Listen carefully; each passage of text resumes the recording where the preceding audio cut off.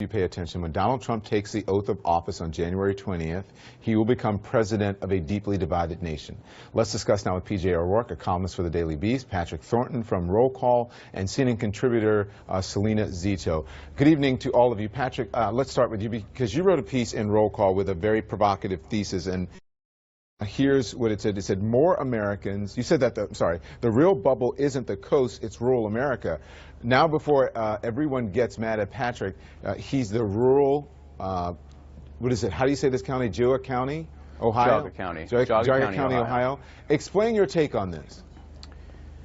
You know, well, there's a lot of people saying that it's the people on the coast, they need to get out of their bubbles, and they need to see more of America to understand why people voted for Trump. But a lot of people saying that themselves actually live on the coast, and they actually haven't really been that much in rural America. The county I come from is 97% white. The high school I went to had 950 students in it. 2 of them were Asian, 1 was Hispanic.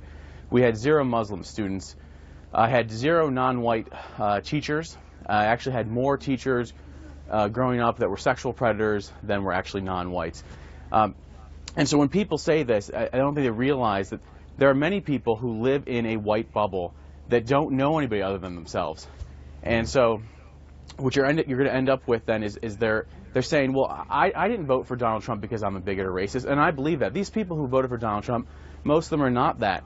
But what they have to realize is they have endorsed Donald Trump's bigotry and racism.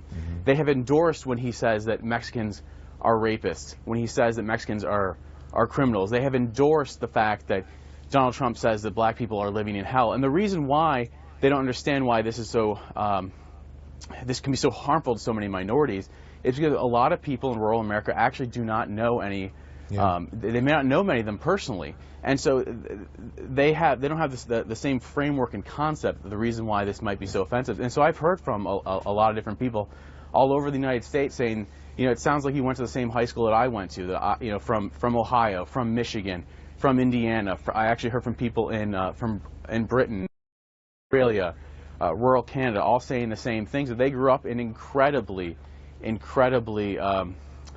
bubble areas. And this is just a point of clarification. You said that there are more sexual predators than there are people of color. Not to make a comparison between the two, but just making a distinction that as teachers in my high school, so that. You know, I was somebody who went through K through 12 and never once had a black or Hispanic teacher. I hear that from people who moved to New York City and moved to other cities, saying I had never seen a black person until I was out of high school, or I was in college, or a person of color until I came to another city. Let me read this. This is another part of your piece. You said more Americans need to see more of the United States. They need to shake hands with a Muslim, or talk soccer with a middle-aged lesbian, or attend a lecture by a female business executive. I have friends and acquaintances who are Trump supporters. They genuinely do not understand today's shock, particularly from minorities. These Trump supporters do not understand that many minorities believe the people who voted for Trump endorse his racism and bigotry, that those voters care more about sending a message to the political establishment than they do about the rights and welfare of human beings. So Selena, that said, you spent months traveling in the heartland, talking to Trump supporters and writing about their strength of support. Why do you say that people living on the coast are the ones in the bubble? Well, I read the article and I thought it was really interesting. The part I take issue with a couple of the points, but one of the most important thing is that he said that the people in the middle of the country don't, you know, get out, and they're the ones that live in the bubble. I mean, they understand elites. It's on their television. It's in their advertising. They go and travel to New York. They love to go to New York and spend their tourist money. Same with Washington, D.C. I think that we need to bridge the gap between both. I think that's Selena, really, that's really different important. than living among people and, you know, going to school with them, having them over for dinner, maybe even having one as a family member, maybe dating one, maybe marrying one. Okay. That's different than, I mean, you see, watching it on television. I mean, I watched, you know, the Beverly Hillbillies or Lost in Space when I was a kid, or the Brady Bunch, but I didn't really know them. Well, yes. I mean, that was the point I was telling you that I was taking issue with. You know, I mean, people live where they live, and I don't know that they should necessarily be punished because that's where people settle. And I really have to contest that people were, that they thought their vote was hurting someone else. I don't think anyone ever thought that. I think that they were voting for change, and that's all that they were considering. Okay. PJ, you are our card-carrying member of the elite. Who do you think is in the bubble? I am? Is it? I don't know. Is it all of us? Who's in the bubble here? Yeah, I think we're all in a bubble, or maybe I wouldn't say bubble. What I would say is big top. We're in this political circus, and I think it's about time we left off with the voter shaming and started to regard this as what it fundamentally is, which is ridiculous. Yeah. Politics is a ridiculous enterprise, and if you depend upon politics for the good things in life, this is the kind of outcome you can get. And I mean, it's you know, I voted for Hillary because it was kind of a grim civic duty, sort of jury duty kind of thing. But I got to say, you know, I was rooting for them both to lose, so I'm half happy.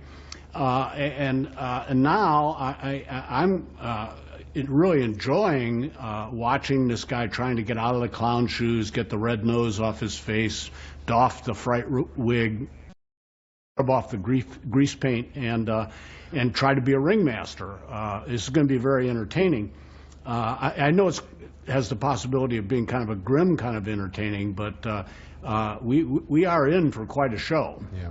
PJ, Republicans now control all of the halls of power in Washington, from the White House to Capitol Hill to the Supreme Court, and often that doesn't work out so well for a party.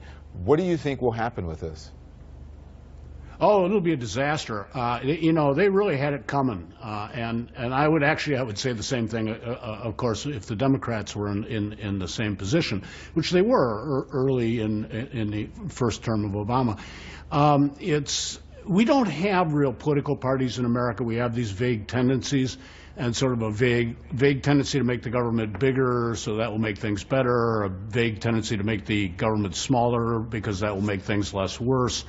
And none of our political parties are cohesive, and so once they actually come to power, it's going to be another great show under the big top, watching the Republicans attempt to govern instead of just criticize and make mock and pile into the tiny car and, you know, and smash into the budget. And yeah, it will be a disaster. But you know, I'm a news guy. I'm in the disaster business. Fortunately for me, my job is to have a ringside seat. My job is not to clean up after the elephants. Yeah, Celine, I got to ask you, having traveled the country and, you know, looking at both bubbles, so to speak, you know, the folks who are in the Midwest or in the rest of the country, not on the coasts, in the big cities, and the folks who are in the bubbles in the big city. What do you do? Because everyone says you got to keep talking, you got to know each other, you got to have a conversation. But I mean, what's the reality here? Well, the reality is we need more cultural touchstones that connect us together, and I don't know how we start to approach that. But I think that should be the blueprint of how we get back together.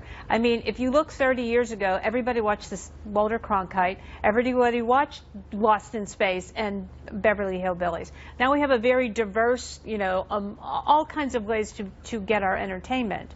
I mean, one of the things that keeps us together, you know, there can be a guy in Columbus, Ohio, and a guy in New York City, and they're going to root for the same team. They're going to root for the Browns. So we have ways that we can pull together, and I think we need to start to working towards those kinds of things that pull us together. And maybe the president